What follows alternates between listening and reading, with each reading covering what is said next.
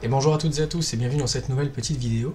Comme vous avez pu le voir, je pense récemment, il y a eu un nouveau sneak peek d'annoncer sur le jeu, et donc les deux prochains personnages à avoir un peu d'intérêt, un peu d'amour de la part des développeurs, c'est Sin. Donc dans l'histoire, c'est la fille de Crâne Rouge, membre de l'Hydra, etc., etc., bref. Et surtout, celui qui va nous intéresser aujourd'hui, c'est Ghost Rider. Alors, quand je dis qu'il va nous intéresser aujourd'hui, c'est surtout qu'il est déjà tier 3, donc on peut faire un avant-après de son utilité contre les boss du monde. Là où Sin étant juste tier 2 et étant un personnage giga dépassé, on verra juste le après. Mais là, le avant, considérez que c'est un personnage niveau 0 avec une utilité niveau 0. Elle peut peut-être servir pour un ou deux niveaux de Shadowland, mais on s'en fout. Donc globalement, voilà, on va s'intéresser à Ghost Rider. Comme vous allez pouvoir le voir, mon build sur lui est catastrophique. C'est-à-dire qu'en fait, à une époque, je l'utilisais beaucoup parce qu'il était vraiment très fort, et on va voir pourquoi. Mais depuis, il y a d'autres meilleures alternatives qui sont sorties. Donc j'ai enlevé toutes les bénédictions d'Odin que j'avais sur lui. J'ai enlevé son CTP de rage que j'avais sur lui. Donc là, aujourd'hui, il est vraiment pas bien, quoi. Il nous reste du vieil Uru de l'époque où voilà, j'en avais rien à faire.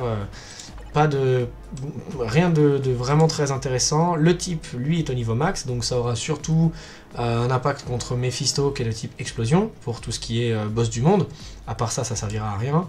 Je suis même pas niveau 12 sur le kit d'ISO 8, hein, c'est vraiment, comme je vous dis, à l'ancienne. L'artefact, alors, Ghost Rider n'a pas encore d'artefact, il l'aura avec la mise à jour. L'équipement personnalisé, comme je vous disais, alors on a un dégât de feu, ce qui est bien, et on a surtout l'équivalent d'un rage, mais j'attire votre attention sur le fait que c'est pourcentage du taux critique, et que mon pourcentage de taux critique, on est loin du cap, donc bon, rien de bien intéressant. Pour ce qui est de l'uniforme, il est mythique, mais j'ai pas toutes les options, parce que la Torche Humaine et Namor, c'était deux personnages très cher, on va dire, hein, en termes de biométrie, en termes de voilà. Et il avait déjà White Fox, et Captain America, et Crescent. Donc si on fait le calcul, il a quand même 3 personnages, entre guillemets, premium, hein, parce que Crescent premium, Namor premium, et White Fox, il faut payer 750 € pour faire la quête héroïque, puis après il faut avoir l'uniforme mythique, donc c'est un ticket, méga ticket d'uniforme, globalement.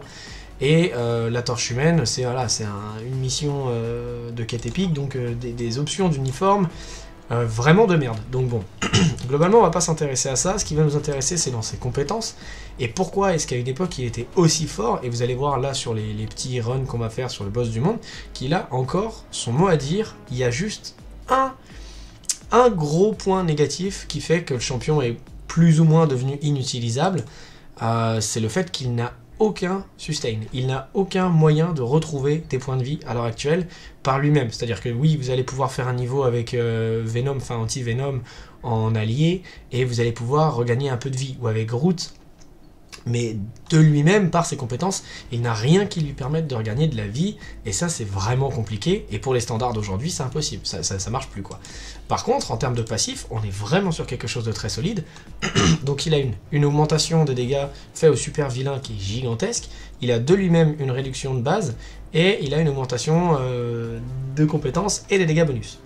Ensuite, le 3, comme juste ici, augmente les dégâts de base de 250% pour une attaque, contre le type super vilain. Donc encore une fois, il est vraiment là pour éclater du méchant, quoi. Et ensuite, il a sur la 5e compétence une invincibilité, une augmentation des dégâts de feu, augmentation de dégâts de toutes les attaques. Donc il était quand même assez complet, on va dire, au niveau du personnage. Mais c'est pas fini, parce qu'il a encore ce passif-là qui est hyper intéressant. On va voir juste après, dans un run un peu léger, on va dire, contre Mephisto, 90% de chance d'être immunisé aux dégâts de feu, et une augmentation de ses propres dégâts, et enfin, une augmentation de la résistance feu sur sa compétence de chef. Donc comme vous pouvez le comprendre, il est difficilement touchable par les ennemis avec des compétences de feu. Et le vrai problème de ce personnage, c'est qu'il a aucun soin. Sur le principe, si vous ne savez pas trop est-ce que le personnage concerné a un artefact ou n'en a pas, et quelles sont les capacités propres à l'uniforme, vous allez, je l'ai peut-être fait un peu vite, dans l'univers Marvel juste en bas, dans l'onglet des personnages, vous trouvez votre personnage, donc nous en l'occurrence Ghost Rider, et là vous voyez qu'ici, il n'y a rien du tout. Il n'y a pas ni de cartouche pour l'uniforme, ni de cartouche pour l'artefact.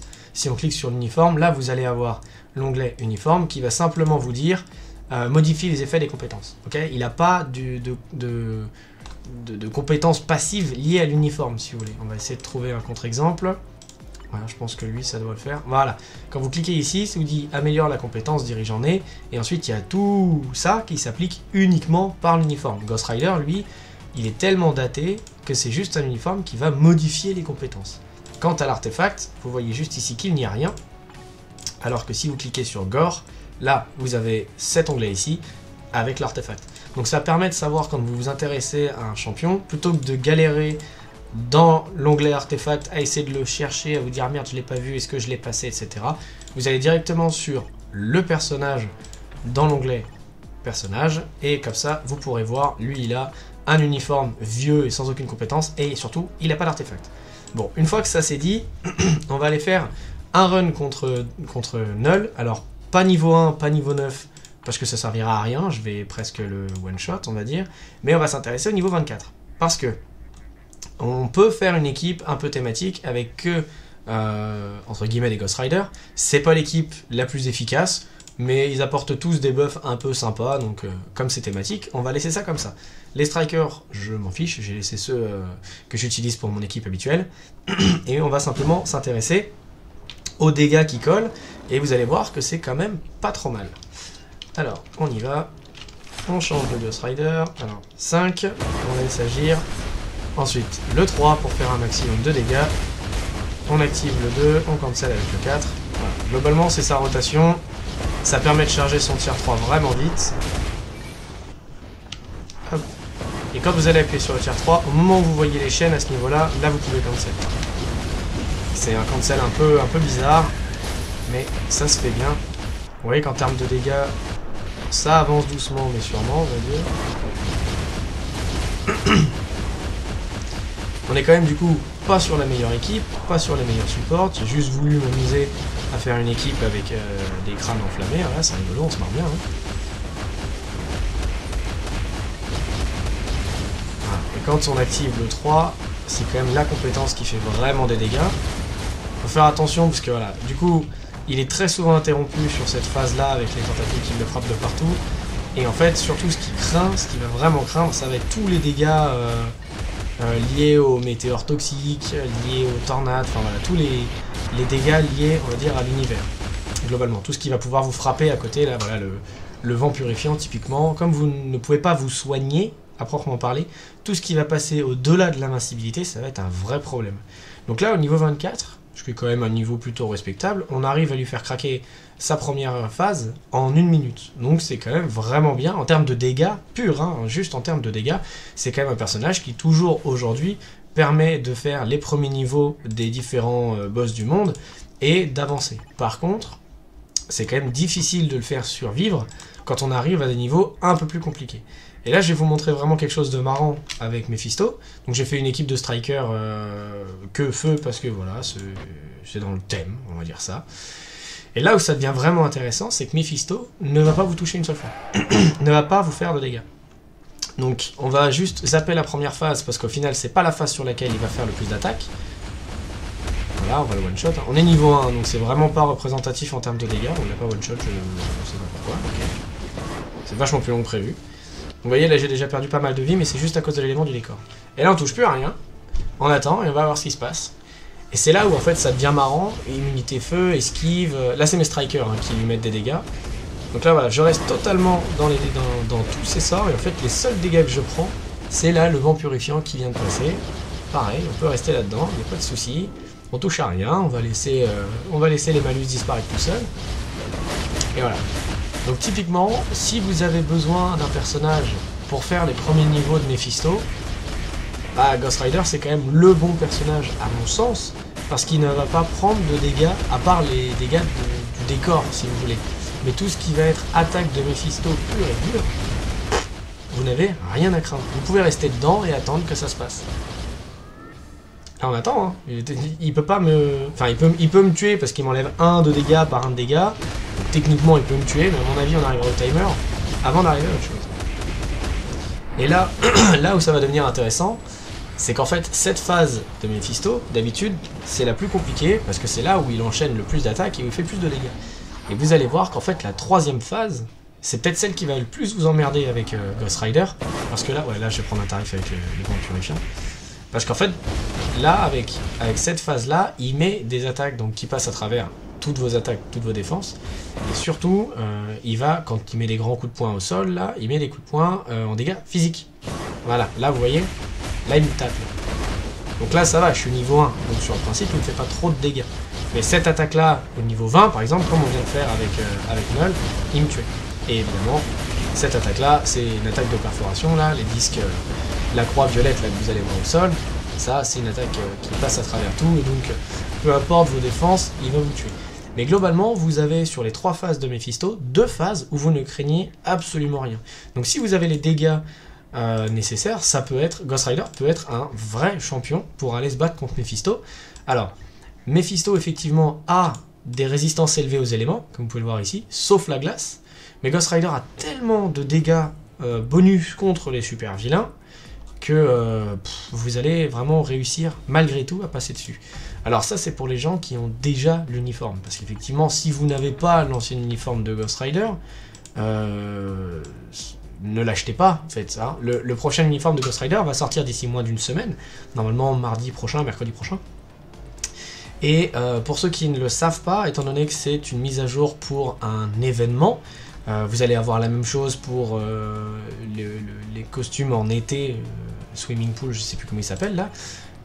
Typiquement, l'exemple pour Cable, ça va être celui-ci, voilà. Les équipements jour d'été, les uniformes jour d'été. Alors, généralement, ça s'axe autour de 2 personnages, un masculin et un féminin. Le personnage masculin a un uniforme qui ne sera pas en promotion, jamais en promotion, que vous allez payer 1750 cristaux quoi qu'il arrive. Vous avez eu la même chose pour Thanos, Moissonneur Sage là pour Halloween, je crois que c'était. Non, pas Halloween, le poisson d'avril, je crois. Donc vous allez avoir un uniforme qui ne sera jamais en promotion à 1750 cristaux, et l'uniforme de Sin, comme l'uniforme de Tornade avant elle, comme l'uniforme de la Chatte Noire et l'Enchantresse, etc., etc. C'est des uniformes pour lesquels vous allez être obligé de payer au moins 20 €, ça va être sous forme de jetons. Vous allez obtenir au bout d'une semaine 10 jetons et chaque uniforme coûte 30 jetons.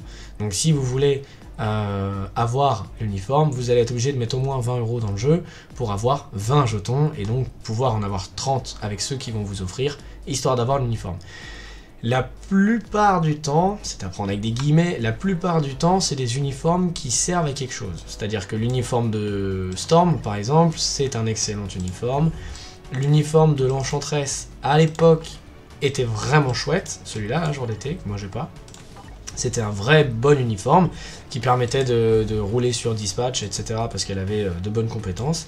Black Cat, enfin la chatte noire, je vous en ai parlé dans une autre vidéo, c'est à mon sens le meilleur uniforme que vous puissiez avoir sur un support. Alors on va essayer de la retrouver juste en vitesse. C'est juste histoire d'appuyer mon propos, hein, histoire de vous dire que oui, généralement... Pourquoi je la vois pas? Là. Que généralement, oui, c'est des uniformes qui valent quand même le coup. Vous avez déjà on va s'intéresser à son artefact dans un premier temps, qui augmente pour tous vos alliés les dégâts que vous infligez aux super-héros, aux super-vilains et les dégâts au boss de 10% à 20%. Donc c'est jamais mauvais à prendre, bien au contraire, c'est peut-être le meilleur artefact du jeu. La compétence d'uniforme s'applique à elle-même, donc ça à la limite on s'en fout. Par contre vous avez une compétence de chef qui augmente les dégâts de tous vos super vilains de 65 et ignore l'esquive de la cible de 35%. Et vous avez, voilà, encore une fois, une augmentation de tous les debuffs de 40%.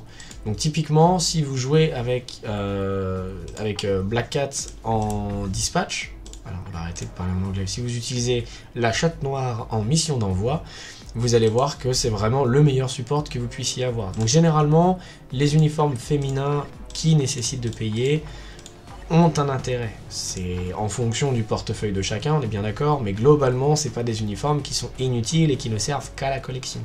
Sachant que c'est des uniformes qui, de toute façon, n'apparaîtront jamais dans la case option d'uniforme. Okay, c'est des uniformes que vous n'aurez jamais à ce niveau-là en option, justement parce que sinon ce serait trop facile, ça impliquerait de payer forcément pour pouvoir compléter sa collection, donc ça n'arrive pas. Et si vous ne me croyez pas, vous pouvez regarder l'uniforme jour d'été de Cable qui est vieux, n'apparaît jamais dans aucune option. Ok. Donc voilà, c'était la petite vidéo un peu détente, peut-être un peu légère sur Ghost Rider aujourd'hui, l'actuel Ghost Rider avec son vieil uniforme Roi de l'Enfer. Très content qu'il ait un peu de... Bon, on s'y attendait hein, avec la collection... Attendez, parce qu'à chaque fois je la perds. Ces jetons. C'est pas les jetons. Et en plus ça rame. Bah merde alors. C'est pas l'académie. Alors ça me tue ça. Je n'arrive jamais... Ah voilà, c'est ça. L'archive des jetons d'événements. Voilà. On s'y attendait, hein, parce que quand on voit ce jeton-là, jeton de vengeance, on se doute bien que ça va être pour Ghost Rider. Donc on s'en doutait, mais c'est chouette de voir que c'est confirmé. Donc c'est confirmé, il aura son tier 4 avec un nouvel uniforme. Et la seule chose qui lui manque à l'heure actuelle déjà pour pouvoir vraiment être utilisable, on va dire, c'est un peu de soin. Donc il suffit que son nouvel uniforme lui rapporte du soin. Soit par son tier 4, et ce serait dommage, soit par l'uniforme, ça serait quand même vachement mieux, on pourra l'utiliser. Pourquoi est-ce que je dis que ce serait dommage d'avoir du soin par le tier 4? C'est-à-dire qu'on pourrait continuer à utiliser cet uniforme. S'ils nous font un tier 4 à la Moon Knight qui fait qu'il se soigne, alors où est-ce que... Voilà, récupère 30% des PV toutes les secondes pendant une dizaine de secondes. Moon Knight, c'est son tier 4 qui le fait survivre globalement, c'est pas le soin qu'il a... Qu'il a sur quel sort d'ailleurs? Qu'il a sur... C'est pas ici? Bon. Bah du coup... Ah non, c'est en passif, je crois. C'est en passif qui se soigne quand la compétence machin est utilisée. Voilà, c'est ça. Donc quand la compétence est utilisée, il récupère 30%, on s'en fout. Donc globalement, s'il pouvait avoir un peu de soin, ça pourrait être une nouvelle machine à tuer, d'autant que avec tous ces bonus là, toutes ces augmentations de dégâts, ouais, il y a moyen de faire un champion vraiment, vraiment très très fort. Alors, pour l'équipement personnalisé, mon conseil, c'est un CTP de rage, mais ça c'est valable pour cet uniforme. On ne sait pas comment sera fait le prochain. Si ça se trouve, il aura une mécanique de jeu totalement différente. Ça m'étonnerait, dans le sens où ça va faire un an que les tier 4 pleuvent et qu'à chaque fois, le meilleur équipement, c'est un rage. Hein. On peut faire autre chose. On peut faire autre chose, comme sur Cable, ça marche avec un énergie, Odin marche avec un jugement, mais si vous voulez vraiment avoir le personnage le plus polyvalent de la planète, c'est épée de rage, ça marche chez tout le monde. Là, Ghost Rider, il va être compliqué à jouer avec autre chose, dans le sens où, comme vous avez vu dans le petit match là qu'on a fait, c'est vraiment appuyer sur 5 jusqu'à ce qu'il crache la petite boule de feu, ensuite appuyer sur 3 pour faire un maximum de dégâts. Si vous le jouez avec un CTP d'énergie ou avec un proc, le proc risque de s'activer dans le 5 et pas dans le 3, donc c'est... de toute façon, voilà, cliquez ici, vous allez sur la petite croix là-haut et vous verrez que rage, jugement et énergie après représentent 1%, c'est à mon avis extrêmement compliqué, voire même pas viable du tout de le mettre avec un CTP d'énergie. Partez sur un rage, si vous en avez pas, partez sur ces obélisques là qui peuvent être très bien. Typiquement vous avez des dégâts de feu additionnels, ou vous avez ignore esquive, ou vous avez taux critique ou esquive en plus, ou enfin voilà. Vous avez vraiment la possibilité d'avoir un très bon obélisque aujourd'hui avec cette option là qui augmente les dégâts en fonction du taux critique ou de votre esquive garantie. Donc ça c'est vraiment vraiment chouette. Voilà, bah écoutez, je crois qu'on s'est tout dit pour la revue sur Ghost Rider. Très impatient de tester le prochain uniforme et de voir ce que ça vaut. On fera évidemment une différence comme on a fait pour le Doctor Strange avec l'ancien uniforme et le nouvel uniforme, juste pour tester l'importance, on va dire, d'acheter le nouvel uniforme. Hein. On fera le truc un peu plus sérieux. Mais voilà, mon conseil aussi, si vous galérez sur Mephisto en boss du monde, bah, Ghost Rider est intouchable. Donc vous allez pouvoir vous amuser un moment. En tout cas, je me suis bien marré en découvrant ça. C'est vrai que ça fait un moment que je ne l'avais pas joué alors que j'aimais beaucoup ce champion. Donc voilà, on se reverra très vite dans une prochaine vidéo où on discutera de nouveau de Ghost Rider, mais ce coup-ci ce sera avec un tout nouvel uniforme. En attendant, bonne journée, ciao.